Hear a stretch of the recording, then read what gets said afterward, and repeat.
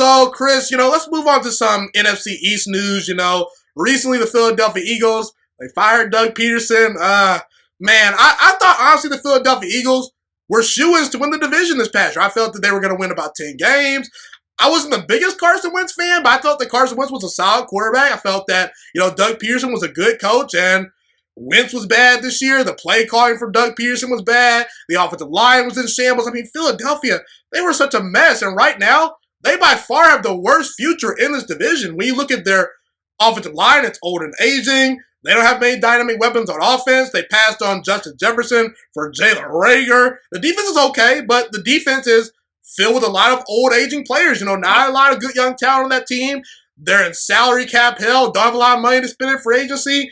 And Howie Roseman hasn't drafted a Pro Bowler in the last 5 years. I think right now, today, every single team in the NFC West is better. That's the Cardinals division. So you got Seattle, you got the Rams, you got the 49ers, you got the Cardinals. I take all 4 of those teams over Philadelphia. I think Green Bay today is better. I think New Orleans is better today. I think the Buccaneers are better. I even go as far to say the Carolina Panthers are on the rise. They're a better team today. I think Minnesota's better. Minnesota definitely could be a bounce back team. So right now, Philadelphia, not close to being a Super Bowl contender. So let me get your thoughts on the Eagles firing Doug Peterson and kind of the state of the franchise overall right now. Yeah, I was never a big, especially since I've been on YouTube, I pay a lot more attention to Eagles games, right? I watch the games, I call the games. I was never a fan of Peterson since, the last couple of years. I think he's been a really bad play caller. Like you said, all the factors, an aging team, it's not an ideal spot. Those fans are going to want to win games. They're not realistic. Yeah. They are not a realistic fan base. Exactly.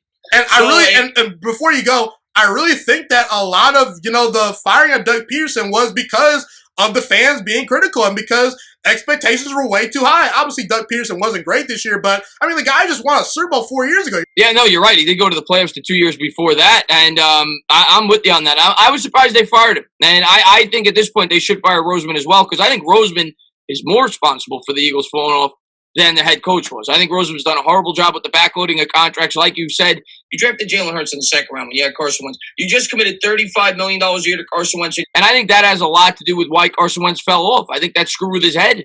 The year before, Wentz was really good. I think he threw like 33 touchdowns and 7 picks. He had a really good year with a very limited offensive roster. He didn't have a wide receiver that caught over 500 yards. So I think it was a mistake drafting Hurts in the first place. I think Roseman's done a really bad job in terms of the way he's drafted, in terms of the way he's handled the cap.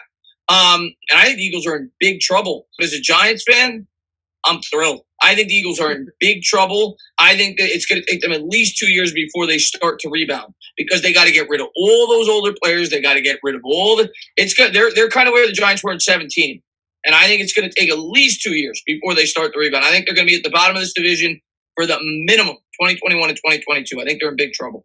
Let's talk about the quarterback situation in Philadelphia. If you are a Philadelphia Eagles fan, obviously you're not, but put yourself in the Philadelphia Eagles fan's shoes, What do you do at quarterback? Carson Wentz obviously showed some promise a couple of years ago. He's had some injuries over the past couple of years, did not play well at all this year. A lot of Eagles fans want to make excuses saying, the offensive line, the wide receivers. And listen, I'm not saying the Philadelphia Eagles had a Super Bowl caliber roster, but you look at Joe Burrow, you look at Justin Herbert, you look at Deshaun Watson, they were not on great teams, and they still found a way to play really well despite, not having a whole lot of stuff around them. And I understand it's hard playing with a ton of crap around you, but the way Wentz played was inexcusable. You gave him that big-time contract, you'd expect him to make up for some of the lack of weapons, lack of offensive line. So he's disappointing. So far, I think that Jalen Hurts actually shows some promise. He's pretty accurate. Doesn't have the greatest arm, but he can move around a little bit. I think that if given time and a good roster, he can win you some football games. And personally, I'm not a big Wentz fan anymore, but I would bring both of them back. I would not trade Wentz quite yet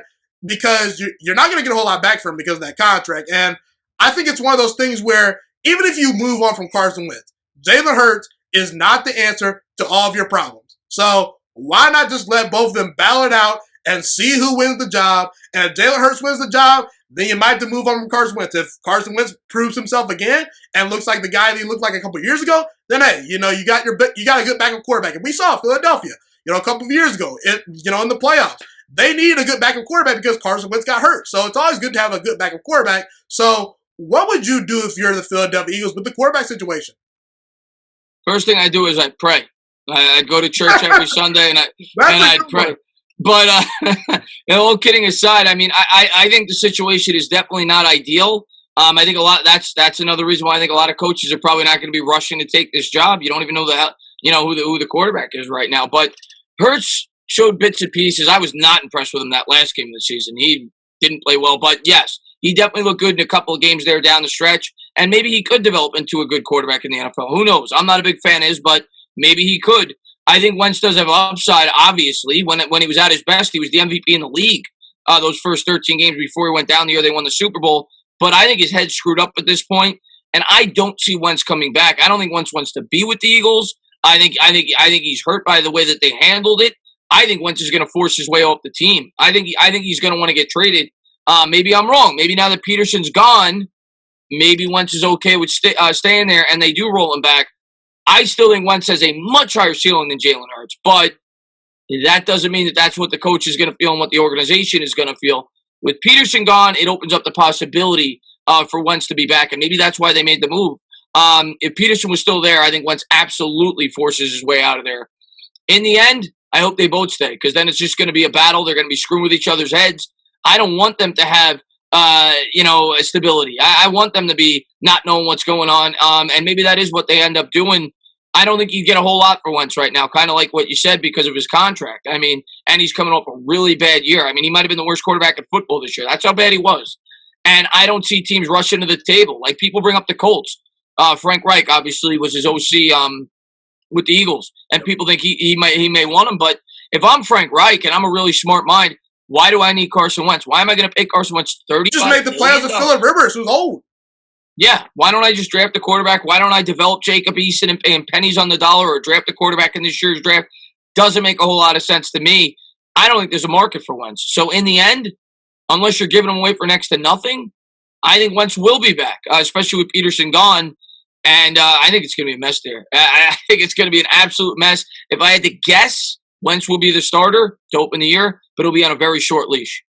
Yeah, and the one thing you could say that if Jalen Hurts is the guy, at least you got him on a rookie deal. You know, he's not making a ton of money. You could spend some money in free agency on him. So I think that ideally, honestly, you might want to say, hey, Wentz, you contributed for a while, but you may need to go bye-bye. So we'll see, man. But if you can get something for him, I think you trade him. If you can get something good, decent for him, you trade him. Oh, yeah, no doubt. But yeah, we'll see, man. It's definitely a tough situation.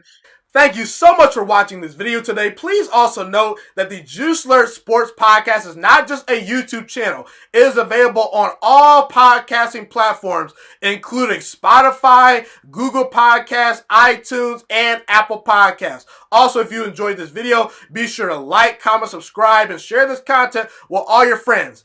This podcast is my favorite thing in the entire world right now. It is my passion. And I want more people to listen to this podcast. I really want this podcast to grow.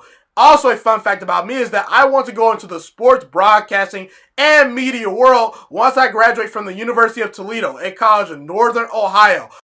I am looking to become one of the next great sports broadcasters and analysts out in the world.